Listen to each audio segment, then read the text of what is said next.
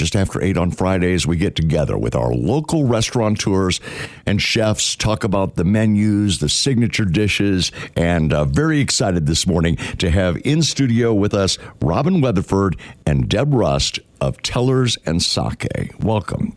Thank you. Good morning. Let's try. I'm going to turn your microphones on now. I worked so hard to get you in the studio. Now I didn't even turn your microphones on. It's good to have you guys in. Nice to be here. Thanks for coming in. Thanks for having us. Lots of history with both of your locations. There's a lot to tell with Tellers and the things that you guys went through.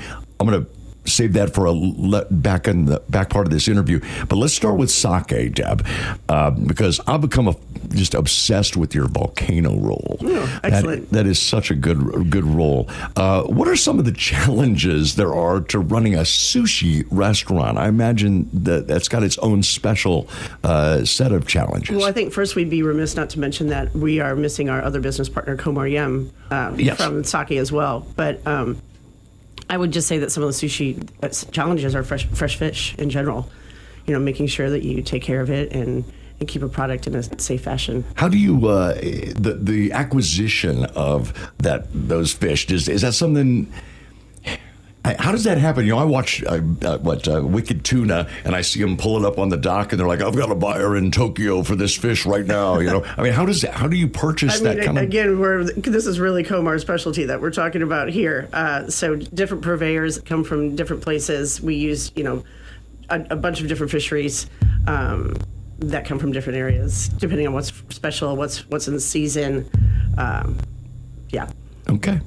And it's not just sushi at Sake either. I think that it's always so interesting when I go through your menu and you get down to the entrees, you're like, burger. I'm like, what? You make a hamburger and you make a really good hamburger too. That's not a joke. Tell us a little bit about that and what goes into your Sake burger. It's a compound butter that we make from scratch. But like you said, there's a number of cooked items. And I feel like the more we mention that to people, I'm surprised how often people think there isn't anything cooked on the Sake menu. And so don't be afraid, people. There's tons of cooked items. Oh, yeah. You're right. I mean, that's funny because I am a big fan of sushi. My daughter is not, but we go there and she gets the burger and loves it all the time. It's her favorite. Also, you got the teriyaki steak and chicken. So there's a lot of variety in all that. When did Sake open up? When did it first start? It seems like it was open and then it was closed for a while and then it reopened. We're the third inception of Sake. Right. I can't remember the actual first year. I don't know either. Rob Choi was the original owner. Then the Monahans took over, and then the three of us took over. Okay. We took over during COVID. And the location is down on 10th Street. For those of you who don't know, it was the Brugger's Bagel place. Sure it's a small freestanding building. It's easy to miss, but you really shouldn't. Yeah, it's a great space and a great place to eat there. Talk about your staff a little bit, because I know you've got some people that have worked for you for a long time and do a great job. Yeah, we have a really great, loyal staff that does a wonderful job. I'm very proud of them, and I hope to keep moving forward in a positive direction as long as we can. Deb, talk about your beginnings here, because you've worked with a lot of people around town, and before Sake. Talk a little bit about your history and when you came here and got things rolling. Well, I'll say first, Robin and I met because we worked at the Blue Note together. That was the beginning of the two of us, and then my longest stint was at Murray's before we opened Tellers, and we've been at Tellers now for 26 years. Is it 26 years? Mm-hmm. All right, Robin, let's talk a little bit about the Tellers menu, because you guys have changed it a little bit over the time. The French dip. Is that your favorite? I think so. Yeah. You're in good company. A lot of people love that. I know. That's and it's not just rose country. You get a lot of interesting things: calamari, jerk, wings. Who puts the menu together for Tellers? It's a collaboration. I'd say Deb and I were the initial menu creators, and things that have stood the test of time, which I would say is 80 to 90% of the menu are still available. We tweak it every now and then, add some new things, take some things off. Once you're on the line and cooking and you realize that some things just are more difficult to move or they're not as popular, they get to 86. Gotcha. Yeah. How often do you think you add a new menu item or remove one? Is that like a once a year kind of a thing? Probably about once a year. Seasonal. Okay. Yeah, and we do seasonal specials. Well, we're talking with Robin Weatherford and Deb Rust of Tellers and Sake. And I don't think that everybody knows that there is a business association between the two restaurants. That's why you're here today. Kind of explain that, your partnership, how that became. Well, Deb and I's partnership started one night when we were doing the 9th Street Shuffle. It's true. Is that right? You know what I'm talking about? No. You go from the Blue Note to Shattered to Shakespeare's and back. All right. Okay. Yeah. All right. 9th Street Shuffle. I get it. And so then the next, I probably did that a couple of times. We saw a sign in the window available to rent the 9th and Broadway location where Tellers is. So we got up the next morning, went to the bank, and it's been full steam ahead since then. And just said, we're going to do a restaurant here. And then when did Sake come on board? Sake. Or was that before? No, Komar Yam worked for us at Tellers. Okay. And he brought an opportunity to us and during COVID to purchase Sake, and we did it.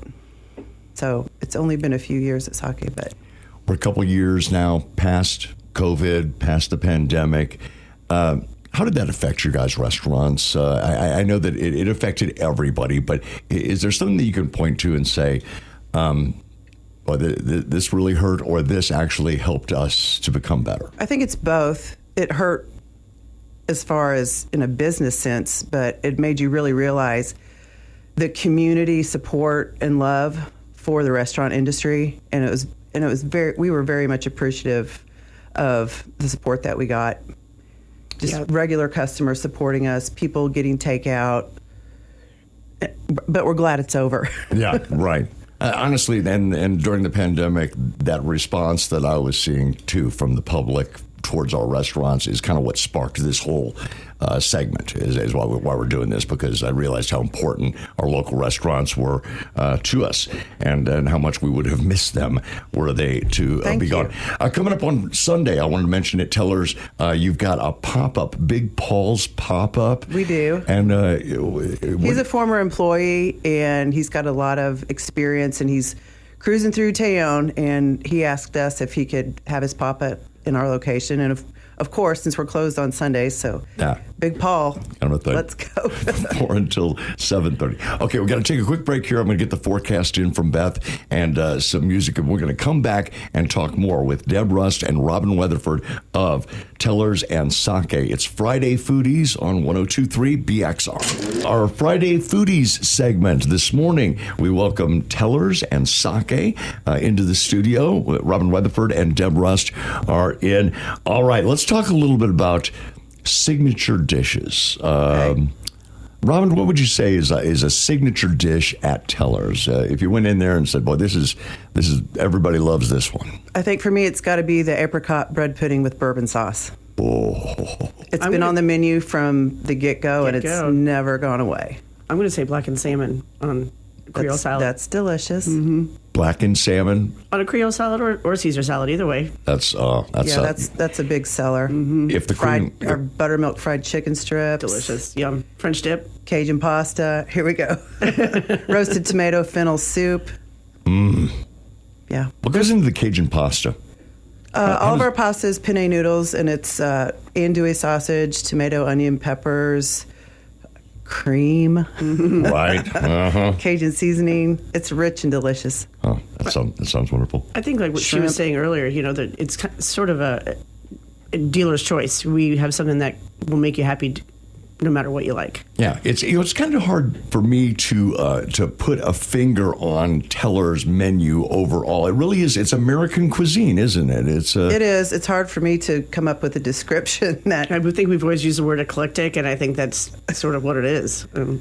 Yeah, pretty good. All right, let's talk about sake. What would you say is the signature dish? Is there a signature roll at sake, or one particular thing that you think this is something we just knock out of the park every time? Oh, I think the guys at Roll Sushi do a great job, and gals. You hit a good one. The volcano's great. The lemon drop is super popular.